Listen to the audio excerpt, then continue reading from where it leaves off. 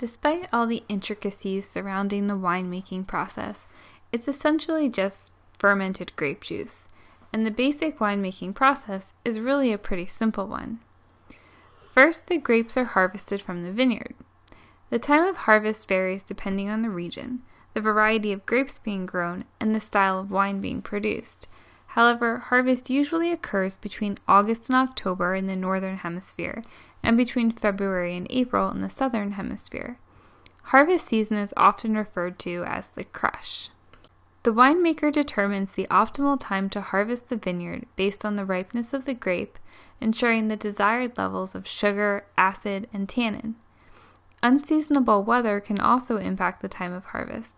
Threats such as excessive heat or frost may force a harvest earlier than would otherwise be desired, leaving the grapes less time to mature on the vine. Traditionally, grapes were harvested by hand, and some wineries continue to observe this practice today. The main advantage to hand picking is that it allows for selection of only the best grapes. Grapes that are unhealthy can be discarded, and grapes that are not yet ripe can be left on the vine to mature longer. However, mechanical harvesters were introduced in the 1960s, and they're utilized by most modern vineyards. These machines are considerably more efficient, harvesting up to 200 tons of grapes per day versus the 1 ton that a human picker could harvest. After the grapes are harvested, the first step is crushing them. The grapes are put into a mechanical crusher, which gently squeezes the grapes to break the skins and release the juice.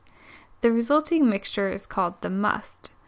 Some very small wineries may still crush grapes by trampling them barefoot or using a small hand-wielded crusher.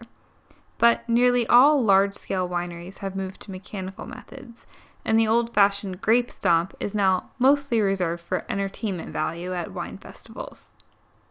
Next comes the fermentation.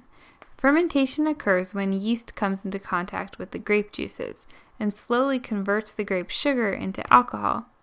Yeast exists naturally on the grapes, so simply leaving the must to sit undisturbed would likely result in some degree of natural fermentation.